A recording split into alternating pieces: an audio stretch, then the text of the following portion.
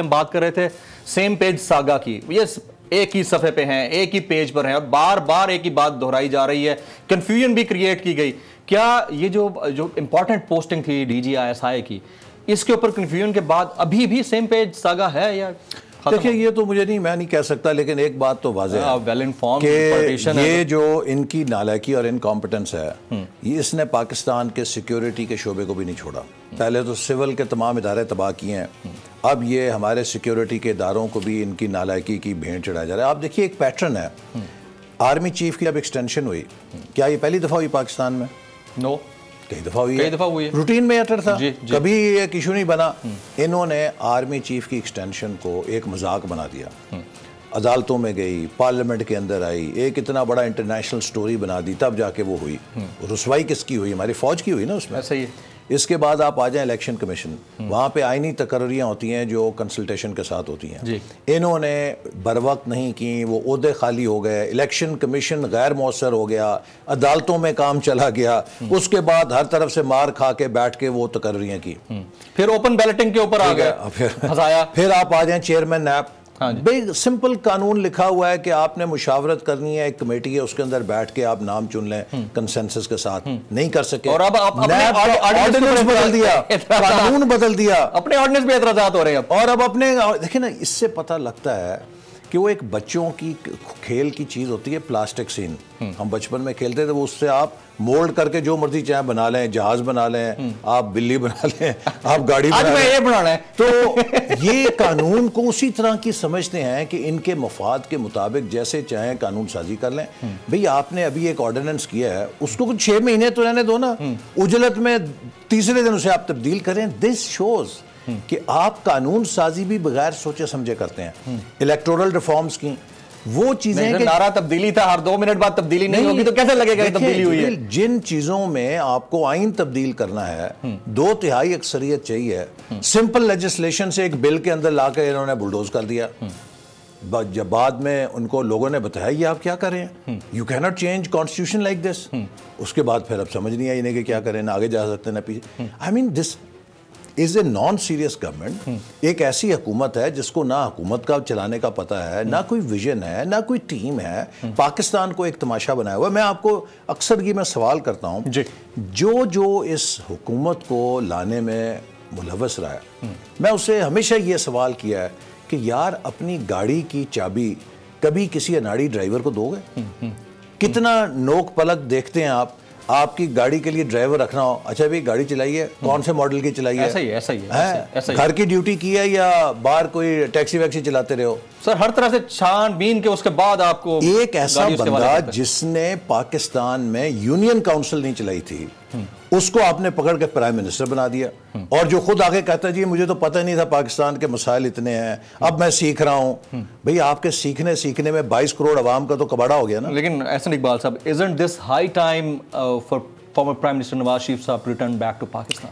Isn't this high time? He's not there by his own sweet choice. نہیں سر، اس وقت جو ملک کی حالت ہو رہی ہے، he's there on his medical condition as and when his doctors tell him. اب تو 2 سال ہو گیا نا، نہیں تو اب تو آ جانا چاہیے۔ دیکھیں نا 2 یہاں پر سال بھی ہاسپٹلز ہیں، وہ کوئی اس وجہ سے خوشی سے تو نہیں گئے تھے نا، یا PMLN کی طرف دیکھ رہی ہے، پیپلز پارٹی کی طرف دیکھ رہی ہے، خوشی سے تو نہیں گئے تھے نا کہ اپنی مرضی سے گئے ہوں، انہوں نے بھیجا تھا نا، حکومت نے بھیجا علاج کے لیے، اور اس میں لکھا گیا کہ جب اگر حکومت کو اعتراض ہو کہ وہ غیر ضروری طور پہ اپنا سٹے ایکسٹینڈ کر رہے ہیں تو ہائی کمیشن کے ذریعے ڈاکٹر سے تصدیق کر سکتے ہیں۔ آج تک تو انہوں نے تصدیق نہیں کی، جو بتایا نا کبھی تصدیق کرنے کی کوشش کی ہے، لہٰذا جس دن ڈاکٹرز انہیں کہیں گے اب آپ چلے جائیں، آپ کی صحت ویسے نیئر فیوچر کوئی چانسز ہیں؟ بائی دا وے کوئی بات ہوتی ہے، ظاہر ہے آپ کی تو ہماری تو دعا ہے کہ وہ کل آ جائیں، اللہ تعالیٰ انہیں صحت دے، وہ کل آ جائیں، اور وہ بھی پاکستان سے دور رہ کے خوش تو نہیں ہیں، تو لہٰذا ہم سب دعا کرتے ہیں۔ But I am asking about the probability, آ سکتے ہیں آنے والے نہیں، وہ ضرور آئیں گے۔ دیکھیے جو اپنی بیوی کو ڈیتھ بیڈ پہ چھوڑ کر آ گئے کہ مجھے پاکستان کے قانون کے سامنے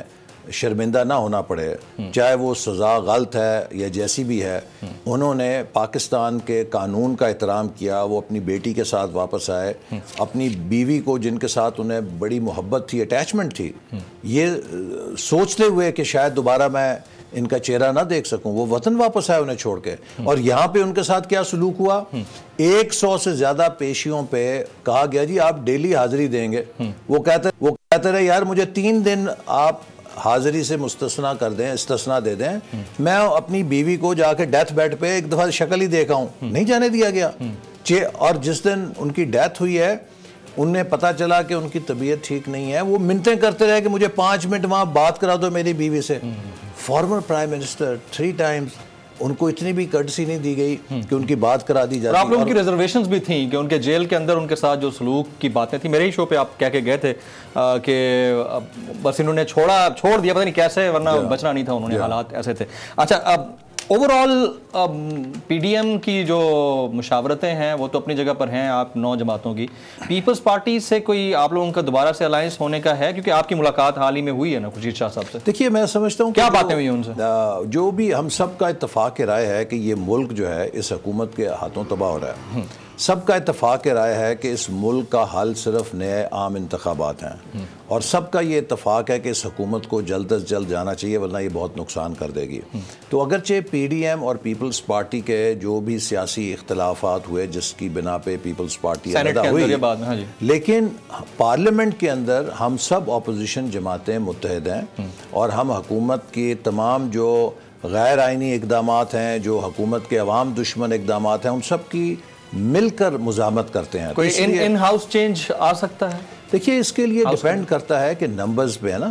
حکومت کے پاس اس وقت اس کے اتحادی ہیں, اور میں بار بار یہ کہتا ہوں کہ ایم کیو ایم کا امتحان ہے. مڈل کلاس پارٹی کہتی ہے, خود کو مڈل کلاس پارٹی کہتی ہے, کیا اسے عوام کی, سفید پوش لوگوں کی, کراچی کے لوگوں کی مشکلات کا اندازہ نہیں؟ کیا کراچی میں مہنگائی نہیں ہے؟ کیا کراچی میں چینی 160 روپے کلو چیخیں نکل گئی ہیں لوگوں کی؟ کیا کراچی کے نوجوانوں کو بے روزگاری کا سامنا نہیں ہے؟ اگر ایم کیو ایم اس حکومت سے چپٹی رہے گی تو جو سزا عمران خان کو اگلے الیکشن میں ملے گی وہی سزا ایم کیو ایم کو بھی عوام اور اس کے ووٹرز دیں گے کہ آپ اس گناہ کے اندر برابر کے شریک تھے. تو اس لیے یہ حلیف جماعتوں کا فرض ہے کہ وہ اس بات کو دیکھیں. وہ تو فرض ہے, لیکن آپ کا بطور اپوزیشن یہ بھی فرض ہے نا کہ ان الائنسز کو کنونس کریں, not by the statements but by dialogues. ہم تو ڈائلاگ کرتے رہتے ہیں, سب سے ہمارا رابطہ رہتا ہے, اور ہم ان کو مسلسل یہ کہہ رہے ہیں کہ اگر آپ نے اپنی سیاست کو بچانا ہے تو اس حکومت کو چھوڑ دیں, اس حکومت سے علیحدہ ہوں. لیکن اگر آپ ایسا نہیں کریں گے تو پھر آپ کا اور اس حکومت کا انجام لوگوں کی نظر میں ایک جیسا ہی ہوگا.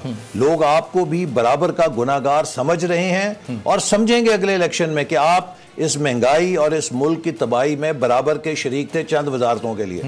پنجاب میں کوئی تحریک عدم اعتماد آ سکتی ہے؟ کیونکہ پرائم منسٹر کل اٹک میں یہ کہہ چکے ہیں کہ بزدار صاحب کو 3 سال کا یا 2 سال کا مینڈیٹ نہیں 5 سال کا مینڈیٹ ملا تو ان کو بھی 5 سال کا مینڈیٹ ہے بائی دی وے.